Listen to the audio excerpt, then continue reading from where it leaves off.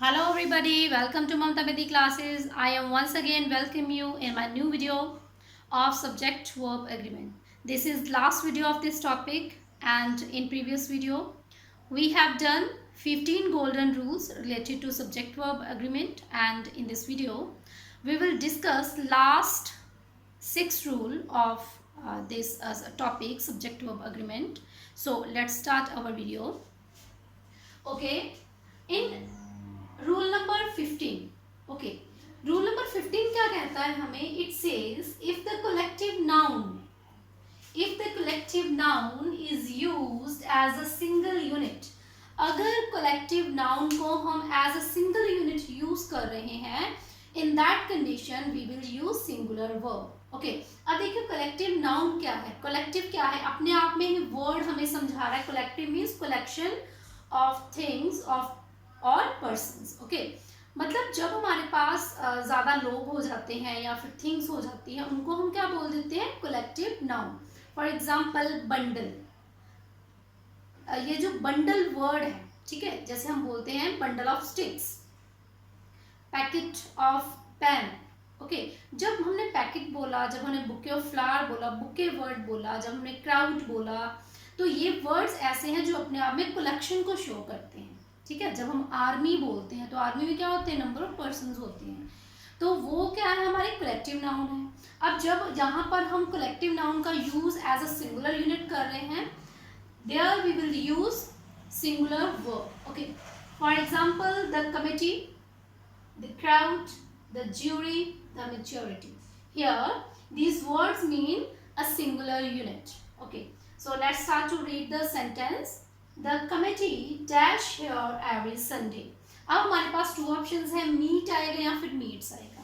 अब देखिए जो मीट्स वर्ड है, ठीक है, वो मैंने आपको बताया था, हम एस या ई एस का यूज करते हैं सिंगुलर यूनिट के साथ. ठीक है, थर्ड पर्सन हो और सिंगुलर हो. तो कमिटी क्या है? किसी थर्ड पर्सन की बात हो रही है, तो हम यहाँ पे क्या यूज करेंगे? फिर हम यहाँ पे लिखेंगे meets. Okay, the crowd dash increasing. The crowd, अब क्राउड क्या है? ये एक सिंगुलर यूनिट है ना, कलेक्टिव नाउन है ये. तो यहाँ पर हम यूज करेंगे is. The crowd is increasing. The jury, here jury means group of members. Okay, तो यहाँ पे एक सिंगुलर यूनिट है, उनका जो डिसीजन है, ठीक है, ज्यूरी का जो डिसीजन है वो क्या है? एक कलेक्शन में है, एक कलेक्टिव नाउन में है. तो यहाँ पे क्या आएगा? The jury dash decided something. यहाँ पे आ जाएगा हमारा has. Okay, has and have में से हैज यूज करेंगे. Last example is the majority dash rules over the time. तो मेजॉरिटी क्या है? मेजॉरिटी मींस यहाँ पे कलेक्शन ऑफ मेंबर्स, है ना. तो ये क्या हमारा सिंगुलर यूनिट, तो हम क्या यूज करेंगे फिर यहाँ पर? Rules.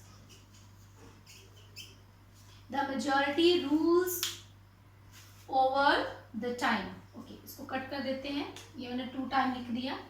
Okay, next rule number 16 says if collective noun is used as individual members within a singular unit, use a plural verb. अगर हम collective noun को use कर रहे हैं as an individual member of a collective noun, अगर हम इसको singular unit के अंदर, okay, सिंगुलर यूनिट के अंदर एज ए इंडिविजुअल मेंबर इसको अगर हम शो कर रहे हैं, तो वहां पर हम प्लूरल वर्ब का यूज करेंगे. Okay, first example the staff dash on the proposal. Here staff means the staff members. Okay, यहाँ पर स्टाफ का मतलब कि जो इंडिविजुअल स्टाफ मेंबर्स हैं, अलग अलग पर्टिकुलर. ठीक है, तो यहाँ पर हमारा जो कहने का मतलब है कि वो क्या है? अलग अलग. ठीक है, क्या है वो? अलग अलग मेंबर्स हैं. यहाँ पर हम उसको कलेक्टिव नहीं ले रहे हैं. Next example the audience dash clapping. अब देखो ऑडियंस क्लैप तो कर रही है ना, लेकिन वो इंडिविजुअली क्लैप कर रही है ना, सारे कंबाइन तो नहीं करेंगे, है ना, एक टाइम में नहीं करेंगे. कोई पहले क्लैप करेगा, कोई बाद में करेगा, हर एक का जो रिदम है वो अलग अलग होगा. तो audience means the people in the audience, जो लोग वहां पे बैठे हैं, अलग अलग डिफरेंट डिफरेंट. ओके, तो यहाँ पर हम क्या यूज करेंगे? फिर प्लूरल वर्ब का यूज करेंगे. The staff dash on the proposal, तो क्या आएगा? Disagree.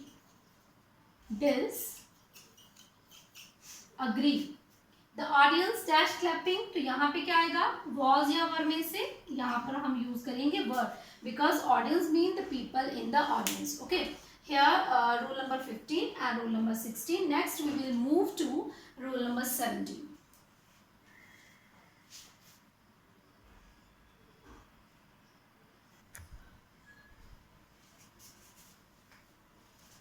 Okay students, we will start from rule number 17.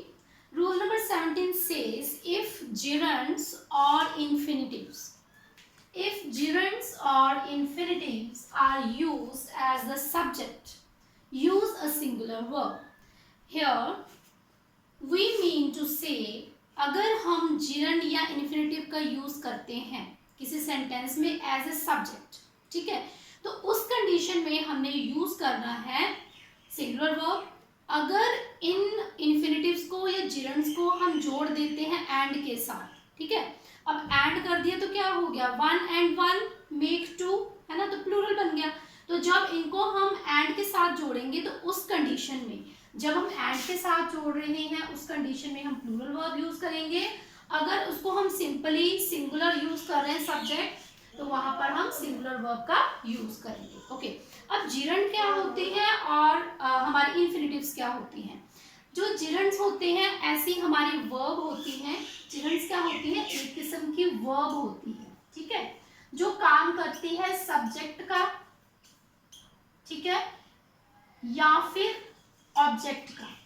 ये किसी सेंटेंस में एज अ सब्जेक्ट या फिर एज एन ऑब्जेक्ट काम करता है. ओके, और ये है क्या, बेसिकली एक वर्ब है, ठीक है, इसको आप नाउन नहीं बोल सकते हो. जो इन्फिनिटिव्स हैं ये भी वर्ब्स होती हैं. ये कौन सी वर्ब होती है, एक तो बेयर इन्फिनिटिव होती है, ठीक है, एक बेयर इन्फिनिटिव होती है और दूसरी होती है हमारी टू इन्फिनिटिव, ठीक है. तो इसका काम भी क्या होता है तो ये वर्ब, लेकिन ये भी क्या कर रही है, जैसे किसी की क्वालिटी बताने का काम कर रही है ना, या फिर एज अ सब्जेक्ट यूज हो रही है. तो ये क्या है, हमारी है तो वर्ब, लेकिन काम किसका, सब्जेक्ट का कर रही है, ठीक है. अब इस कंडीशन में जहां पे जिरंड और इन्फिनिटिव यूज हो रही है, ओके, तो वहां पे हम इसको सिंगुलर लेंगे, ठीक है, और अगर इनको एंड के साथ जोड़ देते हैं हम, तो वहां पे हम प्लूरल वर्ब लेंगे. Okay, so let's do some examples related gerund and infinitives. Reading, अब देखो रीड, रीड क्या है, read is a first form. Okay, हमने उसमें ऐड कर दिया आईएनजी, रीडिंग बन गया. अब यहाँ पे हमारा ये मतलब नहीं कि कोई पढ़ रहा है, ये हमारा मतलब नहीं है. हमारा मतलब है कि रीडिंग जो है वो एक ग्रेट स्किल है. Reading is a great skill. Here we use reading as a subject. Okay, तो यहाँ पर हम क्या यूज करेंगे, यहाँ पर हम यूज करेंगे is. Okay, next cooking. Cooking भी क्या है, as a subject यूज हो रहा है. Cooking dash is my hobby. तो cooking क्या है, यहाँ पर हम सिंगुलर वर्ब का यूज करेंगे, was and were में से was का यूज करेंगे. Okay, नेक्स्ट हमारा आ गया, दोबारा से हम इसको रिपीट कर रहे हैं. यहाँ पर हमारे पास टू टाइम है gerund. Okay, reading and writing, reading and writing. अब इसको जोड़ दिया हमने एंड से. ओके, तो ये क्या बन गया, plural. Here we will use plural verb. तो हम यहाँ पे क्या यूज करेंगे, आर. ओके, नेक्स्ट ये हमारी है टू इन्फिनिटिव्स, ठीक है. To swim dash a great workout. तो यहाँ पर बोला गया है कि स्विम करना एक ग्रेट वर्कआउट है, तो यहाँ पे हम ये यूज करेंगे. Okay, to swim and to run. अब देखो, to swim and to run, इसको हमने एंड से जोड़ दिया है ना, तो ये क्या हो गया, one and one, one and one, two हो गए, प्लूरल बन गया हमारा. तो we will use plural verb. तो यहाँ पे हम यूज करेंगे आर का. आई होप आपको ये क्लियर है, gerund and infinitives. Okay, next rule number 18. It says if noun और सब्जेक्ट इज प्लूरल. अगर हमारा जो सब्जेक्ट है वो प्लूरल है, बट सिंगुलर इन सेंस, देखने में वो प्लूरल लग रहा है. देखो प्लूरल क्या होता है, जिसके पीछे एस, देखो ये बॉय है ना, ये क्या है हमारा सिंगुलर. जब हम इसका प्लूरल बनाएंगे तो हम क्या लिख देंगे, बॉयज, है ना. इसके बाद हमने क्या लगा दिया, एस लगा दिया. अब कुछ वर्ड्स ऐसे होते हैं जो देखने में तो प्लूरल हैं, लेकिन उनकी सेंस क्या है, singular. In that condition we will use singular verb. Okay, कौन से वर्ड्स हो सकते हैं, जैसे है वर्ड न्यूज। अब देखो न्यूज वर्ड जो हम यूज करते हैं हमेशा इसको हम सिंगुलर के सेंस में यूज कर रहे हैं, ऐसे थोड़ी ना बोलेंगे न्यू और न्यूज, ऐसे नहीं बोलेंगे। न्यूज जो है वो अपने आप में ही क्या है, एक वर्ड ऐसा है जो सिंगुलर भी यूज हो रहा है, प्लूरल भी यूज हो रहा है, ठीक है। अब पॉलिटिक्स, अब देखो एस तो यहाँ पे लगा है, एस तो यहाँ पे लगा है, लेकिन है क्या ये सिंगुलर वर्ड, सिंगुलर सब्जेक्ट, ठीक है। अब देखो जैसे wages, the wages of sin, अब कहते हैं पाप की कमाई, है ना, पाप की कमाई। यहाँ पे वेजेस का मतलब ये नहीं है कि अलग अलग वेजेस, यहाँ पे सिंगुलर है, इसका मीनिंग है सिंगुलर, ओके। मैथमेटिक्स, मैथमेटिक्स में भी ऐसा आपको नजर आ रहा होगा, है ना, लेकिन क्या है ये सिंगुलर यूनिट। तो यहाँ पर कुछ ऐसे वर्ड्स होते हैं जो देखने में तो प्लूरल है लेकिन उनकी सेंस है singular. In that condition we will always use singular word, okay. The news dash true, तो हम यहाँ पर यूज करेंगे इज का, okay. Politics dash with him the business of his life, तो यहाँ पे क्या आएगा वॉज एंड वर्ड में से वॉज चूज करेंगे। The wages of sin dash death, तो क्या आएगा is death. Mathematics is a branch of study in every school, तो यहाँ पे हम क्या यूज कर रहे हैं इज, आर का यूज नहीं करेंगे, ठीक है। हमने देख लेना है कि ऐसे वर्ड्स जिनकी सेंस क्या है, जो देखने में तो हमें प्लूरल लगते हैं, एस लगा है उनके साथ, लेकिन उनकी सेंस सिंगुलर है। In that condition we always use singular word, okay. So we will move next rule number 19 and 20 that are the last rule of this topic.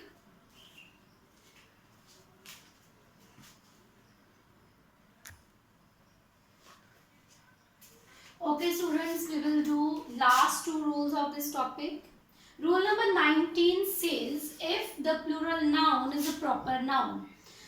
Rule number 19 कहता है कि अगर हमारा जो subject है, ठीक है, वो है हमारा प्रॉपर नाउन। अब प्रॉपर नाउन क्या होता है, नेम ऑफ पर्सन प्लेस और अ थिंग, ठीक है। किसी का पर्टिकुलर, जैसे कोई प्लेस है उसका क्या नाम है, जैसे कोई बुक है उसका क्या नाम है, कोई पर्सन है उसका क्या नाम है, उसको हम बोलेंगे प्रॉपर नाउन, ओके। तो उस कंडीशन में हम उसको सिंगुलर ऑब्जेक्ट लेते हैं, ओके। और सम कलेक्टिव यूनिट, या फिर अगर वो कलेक्टिव यूनिट है या फिर वो सिंगुलर ऑब्जेक्ट है, तो उसके लिए हमने हमेशा सिंगुलर वर्ब का यूज करना है। For example the Arabian Nights, अब यहाँ पे आपको एस तो नजर आ रहा होगा अरेबियन नाइट्स में, लेकिन ये है क्या, दिस इज क्या है, ये सिंगुलर यूनिट है, this is the name of a book, the Arabian Nights, ये क्या है हमारा proper noun. The United States, तो ये भी क्या है सिंगुलर यूनिट है ना, द यूनाइटेड स्टेट्स क्या है सिंगुलर यूनिट है। गुलिवर्स ट्रेवल्स, तो ये भी क्या है एक नेम ऑफ बुक है, ओके, तो ये भी क्या है सिंगुलर यूनिट है। तो इस कंडीशन में जब हमारा कोई कलेक्टिव नाउन आ जाता है या फिर हमारा कोई जैसे प्रॉपर नाउन आ जाता है, उसको हमने सिंगुलर यूनिट ही लेना है। So in this condition we will use singular verb, okay. The Arabian Nights dash still a great favourite, तो यहाँ पे क्या आएगा is.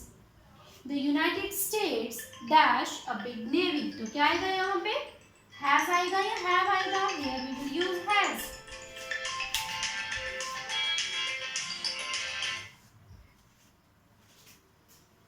Okay next Gulliver's travels, Gulliver's travel dash written by Swift, तो यहाँ पे क्या आएगा वॉज आएगा या वर आएगा, यहाँ पे आएगा वर, ओके। क्या आएगा यहाँ पे वर आएगा, यहाँ पे वॉज का यूज हम नहीं करेंगे।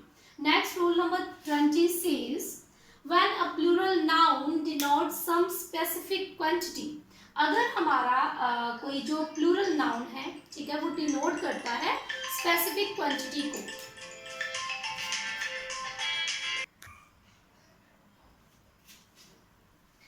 okay, when a plural noun denotes some specific quantity or amount considered as a whole, अगर कोई स्पेसिफिक क्वांटिटी है या उसको या कोई ऐसी अमाउंट है जिसको हम क्या करते हैं एज अ होल टेक करते हैं, ठीक है, तो उस कंडीशन में भी हम सिंगुलर वर्ब का यूज करेंगे। फॉर एग्जांपल 1 किलोमीटर 100 पैसे, अब देखिए 100 पैसे क्या है एक स्पेसिफिक यूनिट है, ठीक है, इसको हम बोलते हैं मेरे पास 500 पैसे हैं, या फिर मैं बोल लूँ 6 किलोमीटर्स, तो ये क्या है एक स्पेसिफिक डिस्टेंस है ना, या 50,000 रुपये, तो ये स्पेसिफिक अमाउंट है। तो इस कंडीशन में जब हम स्पेसिफिक क्वांटिटी या फिर स्पेसिफिक अमाउंट लेते हैं उसको हम एज अ होल ले रहे हैं, एज अ सिंगुलर यूनिट लेंगे. Okay, in that condition we will use singular verb. Okay, 100 पैसे डैश इक्वल टू 1 रुपीज. तो क्या आएगा फिर यहाँ पर इसका यूज करेंगे. Okay, 6 kilometres dash a long distance. तो यहाँ पर भी हम इसका यूज करेंगे. 50,000 रुपीज डैश अ लार्ज सम. तो यहाँ पे क्या आएगा, यहाँ पर भी इज आएगा. देखिए जब हम किसी अमाउंट को, चाहे वो क्या हो, क्वांटिटी में ज्यादा हो, ठीक है, लेकिन जब उसको हम सिंगुलर यूनिट लेंगे, उसको कलेक्टिव लेंगे, ठीक है, उसको अगर स्पेसिफिक क्वांटिटी लेंगे तो वहां पे हमने सिंगुलर वर्ब का ही यूज करना है. क्योंकि देखो अगर मेरे पास 500 रुपीज है तो वो क्या है, स्पेसिफिक अमाउंट है, ठीक है. या अगर मैं किसी डिस्टेंस की बात करती हूँ, किसी लेंथ की बात करती हूँ या किसी क्वांटिटी की बात करती हूँ तो उसको एज अ हम होल टेक करेंगे, ठीक है. जैसे बोले मेरे पास 2 kg ऑफ राइस है ना, 2 kg क्या है, एक स्पेसिफिक अमाउंट है, ठीक है. तो उस कंडीशन में हमने सिंगुलर वर्ब ही लेना है. ओके, तो ये थे हमारे 20 golden rules of subject verb agreement. अगर आप इनको अच्छी तरह से फॉलो करते हो, अगर आप इनको अच्छी तरह से स्टडी करते हो तो I am sure you will not make any mistake in using verb. okay, तो आप कोई भी मिस्टेक नहीं कर सकते हो जब आपने वर्ब का यूज करना है. ये जो पार्ट है, ठीक है, सब्जेक्ट वर्ब अग्रीमेंट का जो पार्ट है ये कॉम्पिटिटिव एग्जाम में भी काम आता है. वहां पर भी इस टाइप के क्वेश्चंस पूछे जाते हैं. It will prepare you for future. ये आपका फ्यूचर के लिए भी तैयार करेगा, साथ में आपका प्रेजेंट और साथ में future. Okay, with the hope of new video we will meet in next video. Till then, bye bye and take care.